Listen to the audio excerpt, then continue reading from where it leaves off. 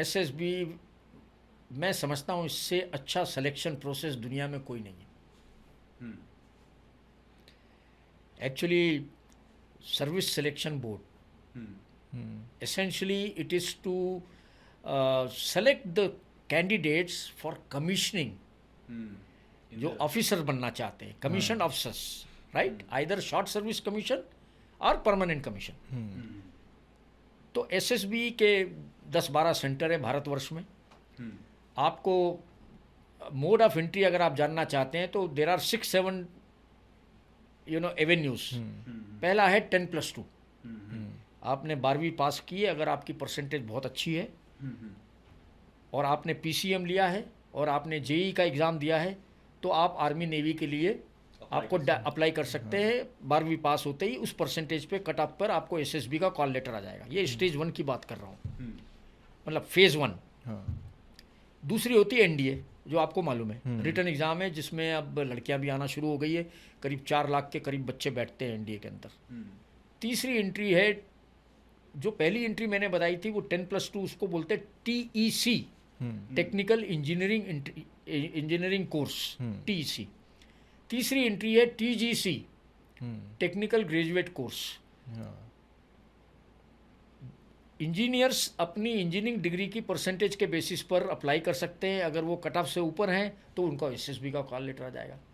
चौथी एंट्री है UPSC, that is FCAT exam, CDS exam and INET exam.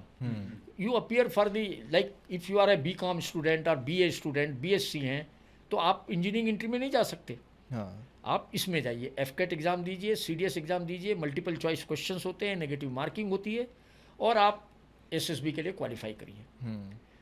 इसके बाद होती है एनसीसी स्पेशल एंट्री। जो सी सर्टिफिकेट कर लेते हैं एनसीसी के, उनको रिटर्न एग्ज़ाम नहीं देना पड़ता, उनके लिए भी डायरेक्ट एसएसबी आता है। अब ये तो हो गया फेज़ 1।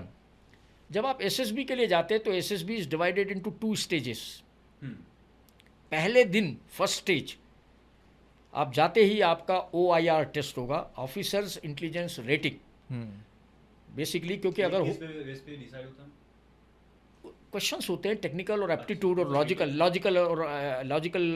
वर्बल, नॉन वर्बल और टेक्निकल क्वेश्चंस होते हैं। कुछ मैथमेटिकल क्वेश्चंस भी होते हैं, क्योंकि कई लोग जो है बगैर रिटर्न एग्जाम के आए हैं। जैसे एनसीसी वाले हैं या टीजीसी वाले हैं, तो सबके लिए एक ऑफिसर्स इंटेलिजेंस रेटिंग 50 क्वेश्चन होते हैं, वो आप करिए। उसके बाद में होता है PPDT, picture perception and discussion test. इसमें सब पिक्चर होते हैं, एक पिक्चर होती है, उसके ऊपर आपको एक स्टोरी बनानी होती है 4 मिनट के अंदर, ठीक है। और उसके बाद आपको वो स्टोरी नरेट करनी पड़ती है, 1 मिनट आपको टाइम मिलता है।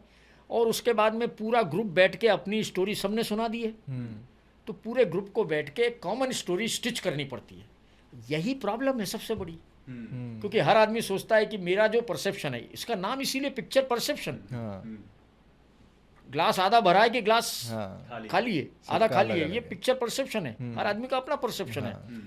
तो वो जब जीडी होता है इसका पिक्चर परसेप्शन एंड डिस्कशन के ऊपर, उसमें हर आदमी अपनी स्टोरी, सभी को एक ही दिया जाता है? हाँ जी, पिक्चर एक ही होगी। अच्छा। जो 150-160 का स्ट्रेंथ होता है, सब एक ही पिक्चर पर स्टोरी लिखते हैं और सबका नरेशन होता है। उसके बाद में सबको 15-15 के ग्रुप में डिवाइड कर दिया जाता है और वो 15 लोगों के बीच में डिस्कशन होता है। तो बहुत सारी चीज़ें इस PPDT से ही पता लग जाती है। अच्छा, इसमें बहुत सारे लोग डिस्क्वालीफाई भी हो जाएंगे। बिल्कुल, आप एवरेज पकड़ के चलिए तो 150 के करीब आते हैं एक बैच में। हाँ। और उसमें से 40 के करीब निकलते हैं स्टेज 2 के लिए। ये मैं पहले दिन की बात कर रहा हूँ। अच्छा। जिसको बोलते हैं स्क्रीन आउट।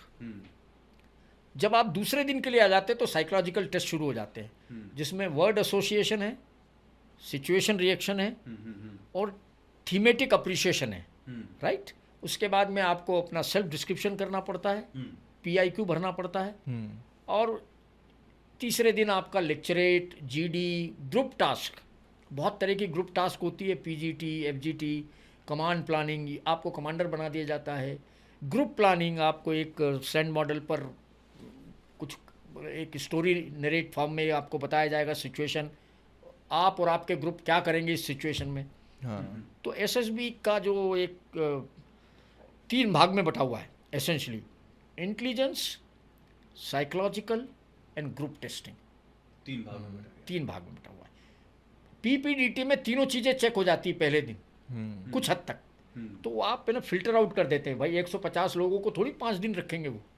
तो 150 में से वो 40-45 के करीब रखते हैं। तो ये सर पिक्चराइजेशन जो है इसमें क्राइटेरिया क्या रखते हैं कि कौन सही परसीव कर पा रहा है पिक्चर को? There are many factors. Essentially SSB is a test of personality, and here personality development is a absolutely important criteria. जो भी लोग एस्पायर कर रहे हैं एसएसबी में जाने का जी, उनके लिए बहुत ज़रूरी है कि एटीट्यूड एंड पर्सनालिटी डेवलपमेंट, इन दो चीज़ों पे काम करें। तीसरा है team compatibility, group dynamics, group acceptability. So ये 3 चीज़ें फैक्टर बहुत ज़्यादा इंपॉर्टेंट है अगर आपको एसएसबी क्या है, इस they select best out of the rest. Totally personality, your behavioural model. आप सूटेड है कि नहीं कमीशन ऑफिसर बनने के लिए, that is what they are doing. And आपका ग्रोथ पोटेंशियल क्या है।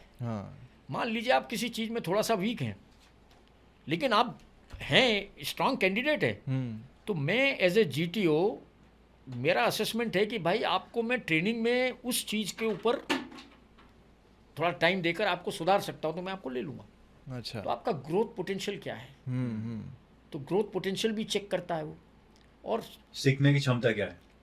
हाँ, आगे बढ़ने की। भाई कोई वीकनेस है आप में, आप मान लीजिए ईगोइस्टिक है, या आप थोड़ा सा डरपोक हैं, या आप ओरेटिंग स्किल्स आपके अच्छे नहीं हैं, आपकी कम्युनिकेशन अच्छी नहीं है, तो वो दिखता है कि भाई इसमें आगे बढ़ने की या इसके ग्रोथ को हम नर्चर कर सकते हैं कि नहीं कर सकते हैं। अगर उसको लगता है कि आप लायक है तो आपको कमीशन दे देगा, आपको सेलेक्ट कर लेगा।